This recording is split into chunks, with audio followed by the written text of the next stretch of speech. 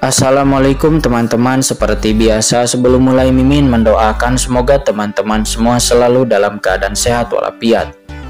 Oke, kali ini kita akan melanjutkan Martial Master versi novel bagian 1895. Bagi yang baru bergabung, selamat bergabung. Dan bagi yang belum subscribe dulu lah agar Mimin tambah semangat lagi nih bikin videonya. Oke, kalau sudah kita langsung masuk ke isi ceritanya.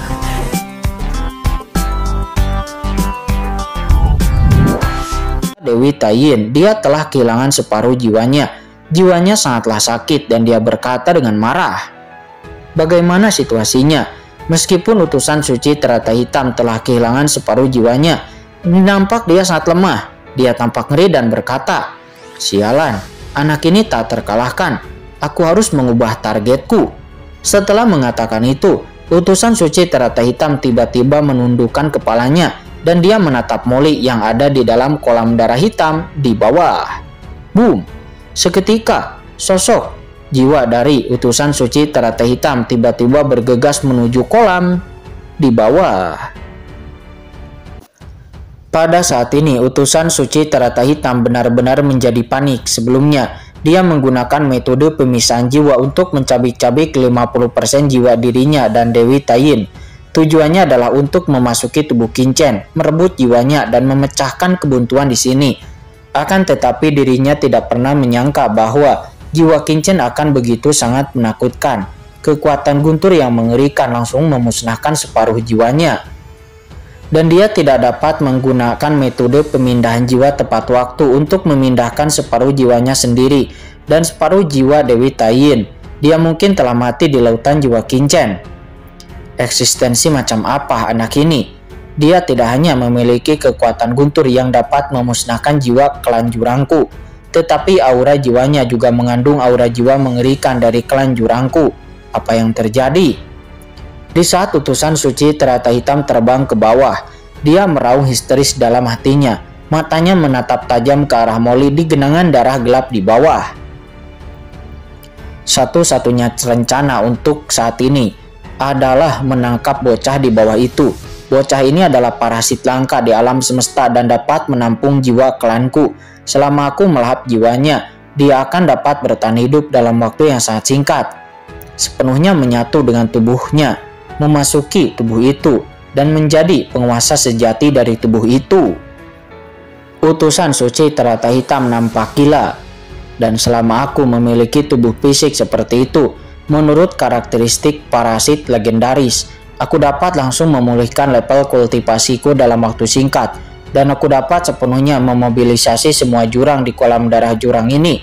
Dan pada saat itu, orang-orang yang ada di sini semuanya akan mati di tanganku, kata utusan suci teratai hitam. Ekspresinya nampak ganas, dan dengan keras dia mati-matian menghantam kolam darah di bawah. Ini adalah satu-satunya cara yang dapat dipikirkannya untuk menang saat ini. Itu adalah iblis perampas tubuh Molly yang menggunakan karakteristik tubuh parasit untuk sementara memulihkan kekuatan puncaknya dan kemudian memobilisasi kolam darah jurang di sini untuk membunuh Qingchen dan yang lainnya. Meskipun langkah ini akan memiliki efek samping yang besar, namun dirinya tidak punya pilihan. Dengan suara yang mendengung, aura spiritual yang tak terlihat tiba-tiba muncul di atas kepala Molly. Hati-hati! Di atas gampan, ekspresi Kaisar Sime berubah drastis, lalu dia menatap Qingchen dengan cemas. "Tuan," ekspresinya menjadi sangat cemas. "Meskipun saya tidak tahu apa yang akan dilakukan utusan suci teratai hitam, dan begitu pihak lain dapat memasuki tubuh Molly itu, teman tuannya pasti akan mati." Kaisar Yoming juga buru-buru berkata, "Nak Qingchen, hentikan dia dengan cepat." Akan tetapi sudah terlambat bagi mereka berdua untuk berbicara, karena utusan suci teratai hitam saat ini telah membuat rencana yang lebih baik, dan separuh jiwanya yang lolos dari lautan jiwa Qingchen. Saat dia keluar, dia sudah bergegas menuju Molly di bawah, menunggu Qingchen untuk memusnahkan sisa-sisa lawan. Dan ketika mereka kembali sadar, itu sudah terlambat. Duar! Sebuah bayangan gelap tiba-tiba muncul di atas kepala Molly yang berubah menjadi kepompong darah. Hahaha, parasit legendaris. Aku ingin melihat apakah itu sesempurna catatan dalam buku-buku kuno klan Jurangku, kata utusan suci terata hitam. Matanya nampak gembira, dan bayangan gelap yang menakutkan darinya berubah menjadi untayan bayangan jiwa, terus-menerus mengalir ke kepala Molly. Pada saat ini, Molly dikelilingi oleh genangan darah hitam pekat yang tak terhitung jumlahnya. Kekuatan jurang yang bergulung-gulung itu nampak terus-menerus mempengaruhi anggota tubuh dan tulangnya. Sebelum dia bisa bereaksi, kekuatan jiwa yang mengerikan telah berdampak dari titik meridiannya sebelum kemudian memasuki tubuhnya. Di lautan jiwa, Molly membeku dengan kekuatan semi kaisar puncaknya. Dirinya tidak bisa menghentikan intuisi kekuatan seperti itu. Kekuatan jiwa yang mengerikan dari orang suci terata hitam telah sepenuhnya memasuki ruang jiwanya. Tuan, Qinchen, kita dalam masalah sekarang. Kaisar Simei dan Kaisar Agung Yoming datang ke sisi Qinchen dalam sekejap. Mereka menatap Molly yang tubuhnya mandek dan tidak bisa bergerak, lalu berkata dengan ekspresi jelek. Kaisar Yoming sangat percaya pada Qinchen karena dia tahu beberapa detail tentang Qinchen di dalam tubuhnya. Namun, meskipun Molly di bawah telah menunjukkan beberapa kinerja yang juga luar biasa dalam proses sebelumnya, akan tetapi di mata Kaisar Agung Yoming, Molly itu hanyalah seorang jenius yang berbakat. Hanyalah seorang jenius yang luar biasa. Bagaimana orang seperti itu tanpa latar belakang ataupun kartu truf dapat menahan kekuatan pencuri jiwa dari utusan suci terata hitam? Belum lagi Molly, bahkan beberapa kaisar yang kuat di dunia bawah pun tidak akan dapat menahan perampasan jiwa dari klan jurang. Tidak ada yang bisa kita lakukan. Yoming, Simei, kalian berdua dapat menahan Dewi Taiyin dan serahkan kekuatan Molly iblis ini padaku. Yang terburuk adalah aku akan membakar lebih banyak untuknya hari ini. Qinchen mengangkat tangannya dan boom. Istana 10 kesengsaraan yang awalnya menekan Dewi Taiyin terbang seketika dan kemudian melayang tepat di atas kolam darah jurang maut, menutupi ruang tempat Molly berada di bawah. Jika Molly benar-benar dibawa pergi dan tubuhnya diduduki oleh utusan suci terata hitam, maka Qinchen hanya bisa membunuh Molly karena keadilan. Tapi anak ini yang berjuang jauh-jauh dari benua Tianwu tidak memiliki kemampuan untuk melawan sama sekali. Itu tidak mungkin kan, kata Qinchen menyipitkan matanya, dan sungai panjang samar-samar mengalir di pupilnya. Itu adalah sungai takdir. Molly tumbuh bersama dirinya. Jadi Qinchen ingin melihat nasib Molly lebih jelas daripada orang lain. Pada saat ini, bahkan jika jiwa Molly diserbu oleh utusan suci terata hitam, namun nasibnya masih belum jelas. Dan Qinchen juga samar-samar bisa melihat sosok gelap berdiri jauh di sungai takdir yang menguasai surga. Berdasarkan kekuatan takdir, anak ini tidak terlihat seperti orang yang berumur pendek.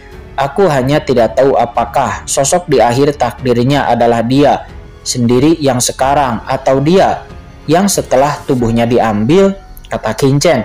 Dia memegang pedang Excalibur dan mengaktifkan istana 10 kesengsaraan, merasa acuh tak acuh di dalam hatinya. Dalam menghadapi kemungkinan dari musuh, Qinchen tidak akan pernah menunjukkan belas kasihan. Di lain sisi, Dewi Taiyin ditekan oleh Kaisar Yoming dan Kaisar Simei. Dia saat ini terluka parah, tetapi sekarang Kaisar Yoming dan Kaisar Simei bergabung dan menangkapnya dengan mudah. Kalian harus menangkapnya dengan cepat, jika tidak kalian semua akan mati di saat utusan suci terata hitam mendapatkan kembali kekuatannya, kata Dewi Taiyin berteriak histeris. Dewi Taiyin, kamu telah mengkhianati dunia bawah dan berkolusi dengan klan jurang. Akan tetapi kamu masih punya nyali untuk berbicara, kata Kaisar Simei. Dia seketika saja menampar Dewi Taiyin secara langsung, menyebabkan Dewi Taiyin gemetar sekujur tubuhnya. Dan lalu Dewi Taiyin mengeluarkan seteguk darah, sebelum kemudian menatap Kaisar Simei juga Kaisar Yoming dengan ganas. Pada saat ini, roh utusan suci terata hitam turun langsung ke dunia ini. Dia muncul di lautan spiritual Molly, dan aura jurang yang mengerikan menyapu seperti sepotong es, langsung membekukan kekosongan di sekitarnya. Tempat ini benar-benar cocok untuk klan jurangku, kata utusan suci Terata Hitam. Begitu utusan suci Terata Hitam masuk ke dalam lautan jiwa Molly, jiwa itu tidak bisa menandir untuk tidak mengeluarkan erangan dan gemetar. Merasakan lingkungan sekitar jiwanya dengan tak percaya, sangat dingin, sangat gelap. Dibandingkan dengan lautan jiwa Kincen, lautan jiwa Molly ini penuh dengan emosi dan kekuatan negatif. Emosi seperti kebencian, kemarahan, keengganan, depresi, kecemburuan, kesombongan, amarah, kemalasan, keserakahan, nafsu, dan juga yang lainnya. Semuanya itu nampak terus bergejolak. Tempat ini seperti tempat berkembang biaknya kejahatan. Siapapun yang memiliki kekuatan negatif akan merasa sangat nyaman di saat memasuki tempat ini, seolah-olah mereka telah tiba di pelabuhan. Apakah ada tempat yang begitu dingin di dunia bawah ini? Tempat ini benar-benar cocok untuk klan jurangku. Hanya dengan memasuki tempat ini, jiwaku yang sebelumnya rusak tampaknya akan sedikit pulih, kata utusan suci Terata Hitam. Dia merasa tidak dapat dipercaya. Melihat jiwanya yang hancur dengan kaget, dia melihat bahwa di ruang jiwa ini, kekuatan negatif sedang memeliharanya. Jiwanya yang tersisa perlahan-lahan diperbaiki, meskipun kecepatannya sangat cepat. Namun itu membuat utusan suci Terata Hitam merasa sangat bersemangat.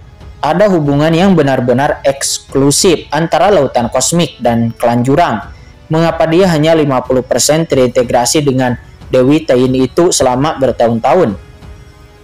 Itu karena bahkan dengan jiwa yang gelap seperti Dewi Tain, tetap ada penolakan yang kuat antara dia dan Dewi Tain. Akan tetapi setelah tiba di ruang jiwa Molly, alih-alih merasakan penolakan sedikit pun, dirinya malah merasakan rasa nyaman dan kebaikan yang tak tertandingi, dan serta keterikatan yang sangat mendalam. Parasit. Apakah ini parasit legendaris? Ruang jiwa seperti ini sangat layak untukku, kata utusan suci Terata Hitam. Dia bergetar karena kegembiraan, tetapi dia tahu situasinya saat ini dengan baik, dan dia tidak ragu sama sekali. Utusan suci Terata Hitam memandang dengan rakus ke lautan jiwa Molly di bawah dan bergegas turun dengan gila. Rebut tubuh ini. Aku akan merebut tubuh ini di sini. Dan duar. Jiwa utusan suci Terata Hitam bergegas ke lautan jiwa Molly dalam sekejap dan memasuki kedalaman lautan jiwanya. Apakah itu inti jiwa? Hanya dengan satu pandangan, utusan suci Terata Hitam telah melihat inti jiwa di kedalaman lautan jiwa Molly.